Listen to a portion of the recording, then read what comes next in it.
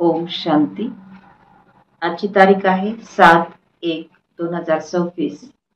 आज बाबा म्हणतात, गोड मुलांनो, कधीही कायदा हातामध्ये घेऊ नका. जर कोणाकडून चूक झाली असेल तर बाबांना रिपोर्ट द्या. बाबा सावधानी देतील. आजचा प्रश्न आहे, बाबांनी कोणते कॉन्ट्रॅक्ट घेतले आहे? बाबांनी कोणता ठेका घेतलेला आहे? उत्तर आहे, मुलांमधून अवगुण काढण्याचे कॉन्ट्रॅक्ट एका बाबांनीच घेतले आहे. मुलांमधील दोष बाबा ऐकतात तर ते काढण्यासाठी प्रेमाने समजावून सांगतात. जर तुम्हा मुलांना कोणामध्ये दोष दिसत असला तरी देखील तुम्ही कायदा आपल्या हातामध्ये घेऊ नका. कायदा हातामध्ये घेणे हे देखील चुकीचे आहे. ओम शांती. गोड गोड आत्मिक मुले येतात बाबांकडे रिफ्रेश होण्यासाठी, कारण मुले जाणतात की बेहदच्या बाबांकडून बेहद विश्वाची बादशाही घ्यायची आहे. हे कधी विसरता कामा नये. परंतु माया विसरायला लावते. जर विसरायला झालं नाही तर खूप आनंदात राहते. बाबा समजावून सांगतात की मुलांनो, या बॅचला वारंवार बघत राहा. चित्रांकडे देखील बघत राहा. चालताना फिरताना बॅचला बघत राहा तर माहित होईल किंवा हे बुद्धीमध्ये राहील की बाबांच्या आठवणीने आपण असे बनत आहोत. दैवी गुण सुद्धा धारण करायचे आहेत. हीच वेळ आहे ज्ञान मिळण्याची. बाबा म्हणतात, गोड गोड मुलांनो. रात्रंदिवस बाबा गोड गोड म्हणत राहतात मुलांना, परंतु मुले म्हणू शकत नाही गोड गोड बाबा.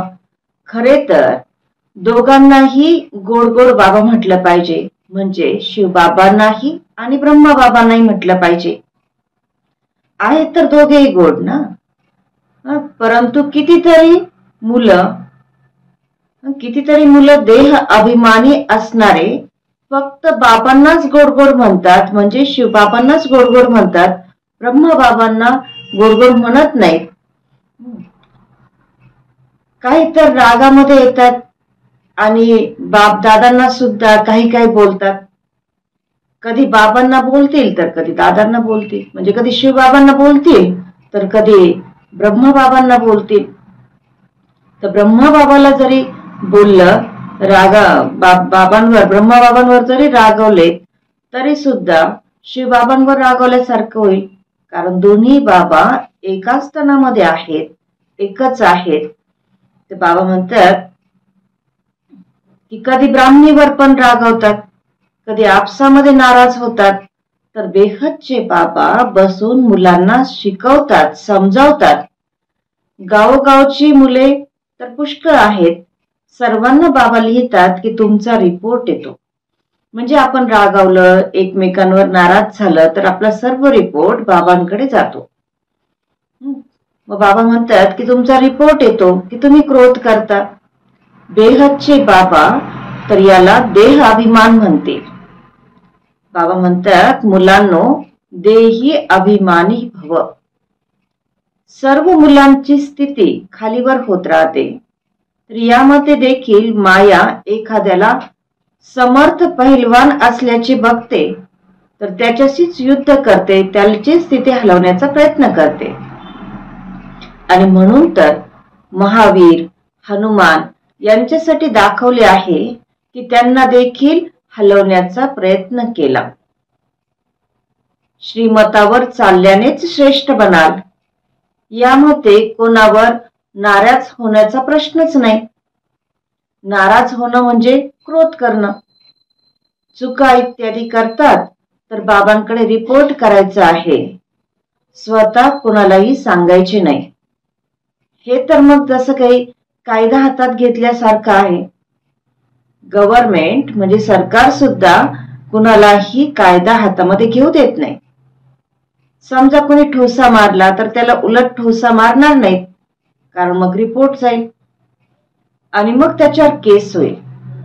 इथे देखील मुलांना कधी समोरून काहीही बोलता कामा नये. काही झालं तरी बाबांना सांगा. सर्वांना सावधानी देणारे एक बाबा आहेत आणि बाबा खूप गोड युक्ती सांगतील, प्रेमाने शिकवण देतील की देह अभिमानी बनल्यामुळेच आपले पद कमी करून टाकतात. तोटा का म्हणून करून घेतला पाहिजे. जितके शक्य असेल तितके खूप प्रेमाने बाबांची आठवण करत राहा. बाबा मुलांना सावध करत राहतात. बाबा म्हणतात, सिमर सिमर सुख पाओ, कलह क्लेश मिटे सब तनके. जे बाबांची आठवण केल्याने आपल्या तनाचे सर्व कलह क्लेश मिटून जातात, तर अर्धा कल्पासाठी 2 युगांसाठी मिटते. बापदादा साक्षी होऊन मुलांच्या अवस्थेला बघतात आणि स्पष्ट करून सांगतात. बाहेर सेंटर्स इत्यादी ठिकाणी राहणारे तर किती रिफ्रेश राहत नाही, की जेवढे मधुबन मध्ये रिफ्रेश होतो आपण, तितकं बाहेर ठिकाणी सेंटरवर राहणारे, घरगृहस्थ मध्ये राहणारे तितके रिफ्रेश राहू शकत नाही. का नाही, तर सेंटरला जाऊन मग पुन्हा बाहेरच्या वातावरणामध्ये जातात. म्हणून मुले मधुबनला येतातच रिफ्रेश होण्यासाठी. बाप आणि दादा दोघांचेही मुलांवर खूप प्रेम आहे, कारण कल्पासाठी बाबा आपल्याला इतकं उच्च बनवतात आणि मुलं सुद्धा कल्प सुंदर सेवा करतात आणि खूप प्रेमाने सेवा करतात. तर बाप आणि दादा म्हणजे ब्रह्मा बाबा आणि शिव बाबा दोघांचेही खूप प्रेम आहे आणि म्हणून आतून त्यांना दया येते. जर मुलं नीट शिकत नाही, वर्तन चांगलं नाही, श्रीमतावर चालत नाही, तर बाबांना दया येते की हे कमी दर्जाचे पद घेते. बाबा म्हणतात की बाबा तरी अजून काय करू शकतात. तिथे आणि इथे राहण्यामध्ये खूप फरक आहे. ते बाहेर ठिकाणी राहणं आणि मधुबन मध्ये राहणं याच्यामध्ये खूप फरक आहे, परंतु सगळेच काही मधुबन मध्ये राहू शकत नाहीत. बाबा म्हणतात इथे मधुबन मध्ये तुम्ही खूप रिफ्रेश होता. गायन देखील आहे, निंदा हमारी जो करे मित्र हमारा सो.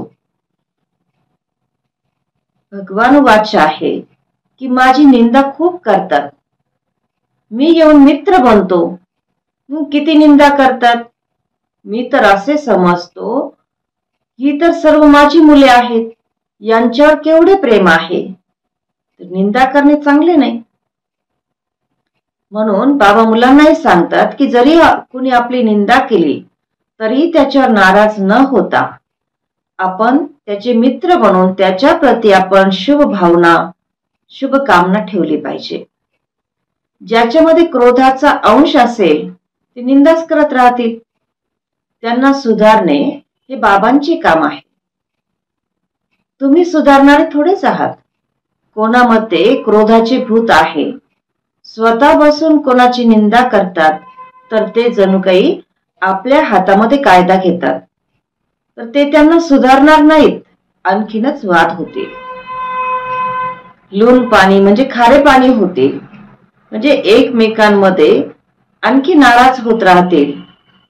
सर्व मुलांसाठी एक बाबा बसलेले आहेत. बाबा सदैव अडोल म्हणजे निश्चल राहतात. शिव बाबाही आणि ब्रह्मा बाबाही दोघेही निश्चल राहतात आणि मुलांना प्रेमाने शिकवण देत राहतात.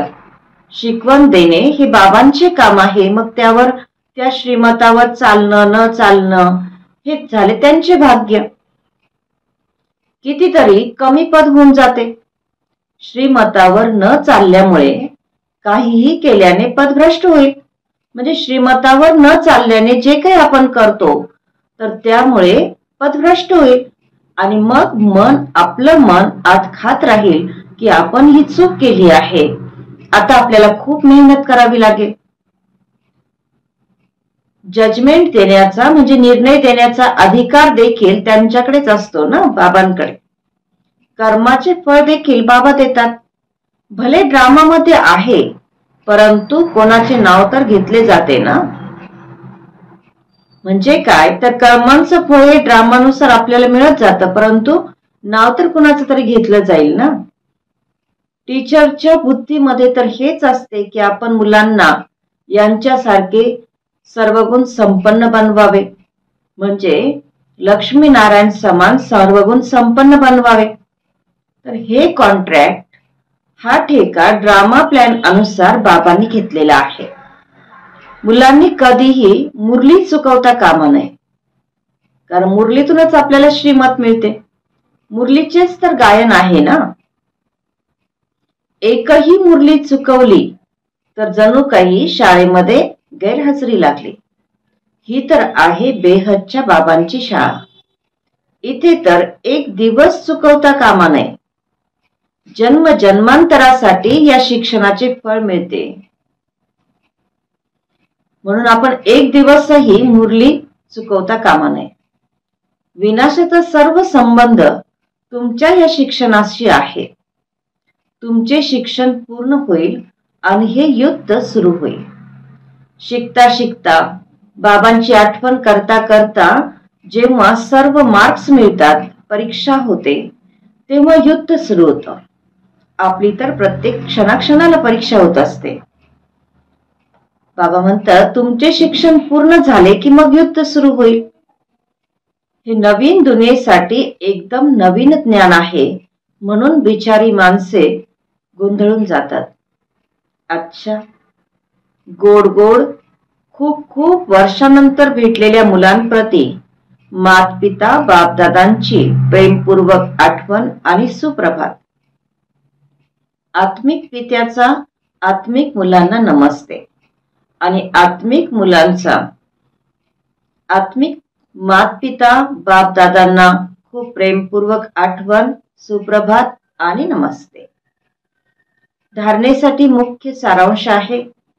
पहिला पॉइंट आहे, कोणाचाही अवगुण पाहून त्यांची निंदा करायची नाही.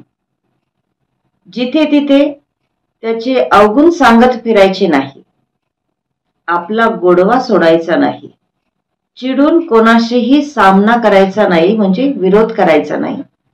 दुसरा पॉइंट आहे, सर्वांना सुधारणारे एक बाबा आहेत.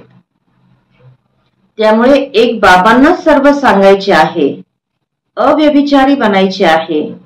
मुरली कधीही चुकवायची नाही. आज बाबा वरदान देतात, सदैव सोबत असल्याची स्मृती आणि साक्षी स्टेजचा अनुभव करणारे शिवमयी शक्ती स्वरूप भव. सदैव सोबत असल्याची स्मृती आणि साक्षी स्टेजचा अनुभव करणारे शिवमयी शक्ती स्वरूप कंबाईंड भव. जसे आत्मा आणि शरीर दोन्ही एकत्र सोबत आहेत, जोपर्यंत या सृष्टीवर पार्ट आहे तोपर्यंत आत्मा आणि शरीर वेगळे होऊ शकत नाही. अगदी असेच शिव आणि शक्ती दोघांचाही इतका गहरा संबंध आहे, जे सदैव शिवमयी शक्ती स्वरूपामध्ये स्थित होऊन चालतात, तर त्यांच्या निष्ठेमध्ये माया विघ्न आणू शकत नाही. ते सदैव सोबत असल्याचा आणि साक्षी स्टेटचा अनुभव करतात. असा अनुभव होतो की जणू काही कोणी साकारमध्ये सोबत आहे. आजचा सुविचार आहे, निर्विघ्न आणि एकरस स्थितीचा अनुभव करण्यासाठी एकाग्रतेचा अभ्यास करा. आजचा अव्यक्त इशारा आहे, या अव्यक्ती महिन्यामध्ये बंधनमुक्त राहून जीवनमुक्त स्थितीचा अनुभव करा. बाबा म्हणतात की मी टीचर आहे, मी स्टुडंट आहे, मी सेवाभावी आहे, असे समजण्याऐवजी अमृत वेळेपासून हा अभ्यास करा की मी श्रेष्ठ आत्मा आहे. या जुन्या दुनियेमध्ये, जुन्या शरीरामध्ये सेवा करण्याकरिता वरून आले आहे. मी आत्मा आहे, हा पाठ अजून पक्का करा. मी सेवाधारी आहे, हा पाठ पक्का आहे, परंतु मी आत्मा सेवाधारी आहे, हा पाठ पक्का करा, तर जीवनमुक्त बनाल. ओम शांती.